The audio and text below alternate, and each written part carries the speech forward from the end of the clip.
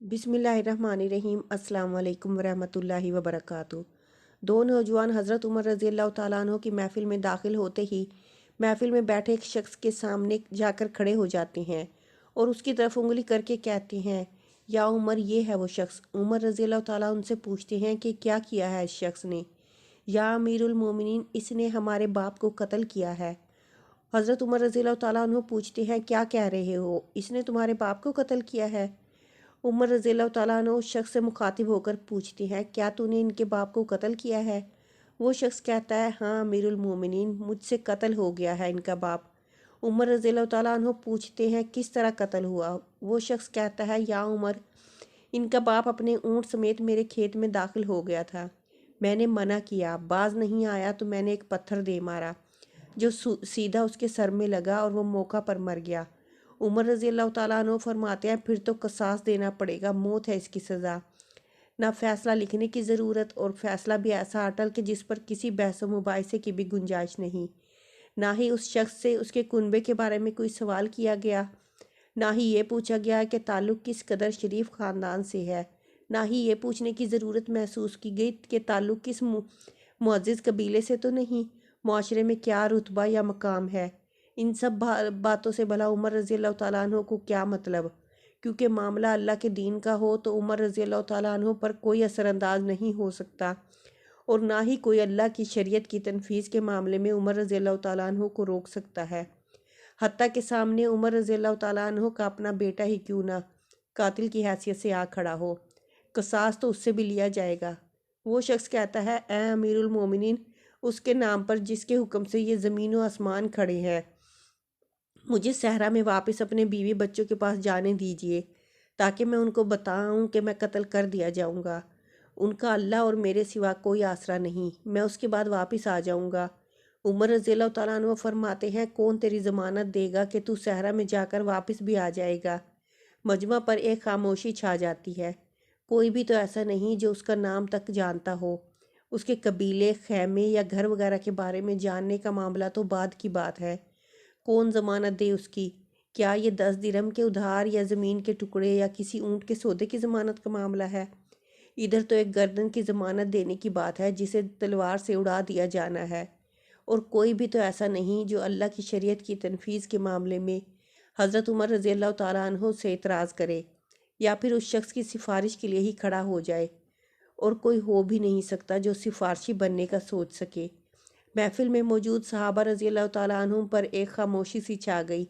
इस सूरत हाल से ख़ुद उमर रज़ी अल्लाह तआला अन्हु भी मुतासिर है, क्योंकि उस शख्स की हालत ने सबको ही हैरत में रख दिया है। क्या उस शख्स को वाकई कसास के तौर पर कत्ल कर दिया जाए और उसके बच्चे भूखों मरने के लिए छोड़ दिए जाए, या फिर उसको बगैर ज़मानती के वापस जाने दिया जाए। वापस ना आया तो मकतूल का खून रायगा जाएगा। खुद उमर रज़ी अल्लाह तआला अन्हु भी सर झुकाए अफसुर्दा बैठे हैं। इस सूरत हाल पर सर उठाकर इल्तिजा भरी नज़रों से नौजवानों की तरफ देखते हैं। माफ़ कर दो इस शख्स को। नौजवान अपना आखिरी फ़ैसला बगैर किसी झिझक के सुना देते हैं कि नहीं अमीरुल मोमिनीन, ये तो हो ही नहीं सकता। उमर रज़ी अल्लाह तआला अन्हु एक बार फिर मजमा की तरफ देखकर बुलंद आवाज़ से पूछते हैं, ऐ लोगो, है कोई तुम में से जो इसकी ज़मानत दे।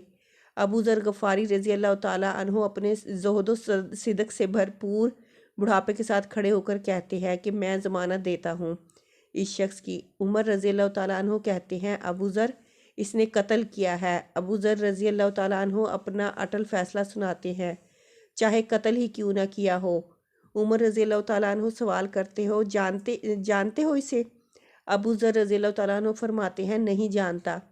उमर रज़ी अल्लाह तआला अन्हु, तो फिर किस तरह ज़मानत दे रहे हो। अबू ज़र रज़ी अल्लाह तआला अन्हु, मैंने इसके चेहरे पर मोमिनों की सफ़ात देखी हैं और मुझे ऐसा लगता है ये झूठ नहीं बोल रहा। इंशाअल्लाह ये लौट कर वापस आ जाएगा। उमर रज़ी अल्लाह तआला अन्हु, अबू ज़र देख लो, अगर ये 3 दिन में लौट कर ना आया तो मुझे तेरी जुदाई का सदमा देखना पड़ेगा। अबू ज़र रज़ी अल्लाह तआला अन्हु अपने फ़ैसले पर डटे हुए जवाब देते हैं, अमीरुल मोमिनीन, फिर अल्लाह मालिक है। उमर रज़ी अल्लाह तआला अन्हु से 3 दिन की मोहलत पाकर वो शख्स रुखसत हो जाता है, कुछ ज़रूरी तैयारियों के लिए, बीवी बच्चों को अलविदा कहने, अपने बाद उनके लिए कोई राह देखने, और फिर उसके बाद क़िसास की अदायगी के लिए कत्ल किए जाने کی غرض سے لوٹ کر واپس آنے کے لیے، اور پھر 3 راتوں کے بعد عمر رضی اللہ تعالیٰ عنہ بھلا کیسے اس امر کو بھلا پاتے؟ انہوں نے تو ایک ایک لمحہ گن کر کاٹا تھا۔ عصر کے وقت شہر میں صلاۃ الجامعہ کی منادی پھر جاتی ہے۔ نوجوان اپنے باپ کا قصاص لینے کے لیے بے چین، اور لوگوں کا مجمع اللہ کی شریعت کی تنفیذ دیکھنے کے لیے جمع ہو چکا ہے۔ ابوذر رضی اللہ تعالیٰ عنہ بھی تشریف لاتے ہیں اور آ کر عمر رضی اللہ تعالیٰ عنہ کے سامنے بیٹھ جاتے ہیں۔ عمر رضی اللہ تعالیٰ عنہ سوال کرتے ہیں، کدھر ہے وہ آدمی؟ ابوذر رضی اللہ تعالیٰ عنہ مختصر جواب دیتے ہیں، مجھے کوئی پتہ نہیں ہے یا امیر المومنین۔ ابوذر رضی اللہ تعالیٰ عنہ آسمان کی طرف دیکھتے ہیں، جدھر سورج ڈوبنے کی جلدی میں معمول سے زیادہ تیزی کے ساتھ جاتا دکھائی دے رہا ہے۔ محفل میں ہو کا عالم ہے۔ اللہ کے سوا کوئی نہیں جانتا کہ آج کیا ہونے جا رہا ہے۔ یہ سچ ہے کہ ابوذر رضی اللہ تعالیٰ عنہ عمر رضی اللہ تعالیٰ عنہ کے دل میں بستے ہیں۔ عمر رضی اللہ تعالیٰ عنہ سے ان کے جسم کا ٹکڑا مانگے تو عمر رضی اللہ تعالیٰ عنہ دیر نہ کریں، کاٹ کر ابوذر رضی اللہ تعالیٰ عنہ کے حوالے کر دیں۔ لیکن ادھر معاملہ شریعت کا ہے، اللہ کے احکامات کی بجاوری کا ہے۔ کوئی کھیل تماشا نہیں ہونے جا رہا، نہ ہی کسی کی حیثیت یا صلاحیت کی پیمائش ہو رہی ہے۔ حالات و واقعات کے مطابق نہیں، اور نہ ہی زمان و مکان کو بیچ میں لایا جانا ہے۔ قاتل نہیں آتا تو ضامن کی گردن جاتی نظر آ رہی ہے۔ مغرب سے چند لحظات پہلے وہ شخص آ جاتا ہے۔ بے ساختہ حضرت عمر رضی اللہ تعالیٰ عنہ کے منہ سے اللہ اکبر کی صدا نکلتی ہے، ساتھ ہی مجمع بھی اللہ اکبر کا ایک بھرپور نعرہ لگاتا ہے۔ عمر رضی اللہ تعالیٰ عنہ اس شخص سے مخاطب ہو کر کہتے ہیں، اے شخص، اگر تو لوٹ کر نہ بھی آتا تو ہم نے تیرا کیا کر لینا تھا؟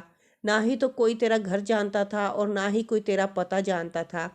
وہ بولا، امیر المومنین، اللہ کی قسم، بات آپ کی نہیں ہے، بات اس ذات کی ہے جو سب ظاہر و پوشیدہ کے بارے میں جانتا ہے۔ دیکھ لیجئے، میں آ گیا ہوں اپنے بچوں کو پرندوں کے چوزوں کی طرح صحرا میں تنہا چھوڑ کر، جدھر نہ درخت کا سایہ ہے اور نہ ہی پانی کا نام و نشان۔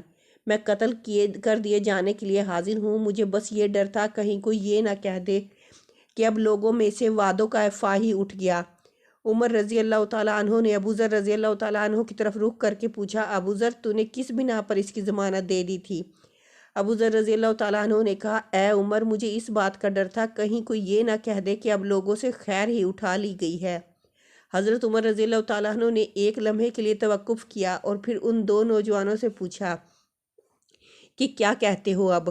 نوجوانوں نے، جن کا باپ مرا تھا، روتے ہوئے کہا، اے امیر المومنین، ہم اس کی صداقت کی وجہ سے اسے معاف کرتے ہیں۔ ہمیں اس بات کا ڈر ہے کہ کہیں کوئی یہ نہ کہہ دے کہ اب لوگوں سے عفو و درگزر ہی اٹھا لیا گیا۔ عمر رضی اللہ تعالیٰ عنہ اللہ اکبر پکار کر اٹھے اور آنسو ان کی داڑھی کو تر کرتے ہوئے نیچے گرنے لگے۔ فرمایا، اے نوجوانوں، تمہاری عفو و درگزر پر اللہ تمہیں جزائے خیر دے۔ اے ابوذر، اللہ تجھے اس شخص کی مصیبت میں مدد پر جزائے خیر دے، اور اے شخص، اللہ تجھے اس وفائے عہد و صداقت پر جزائے خیر دے، اور اے امیر المومنین، اللہ تجھے تیرے عدل اور رحم دلی پر جزائے خیر دے۔ آمین یا رب العالمین۔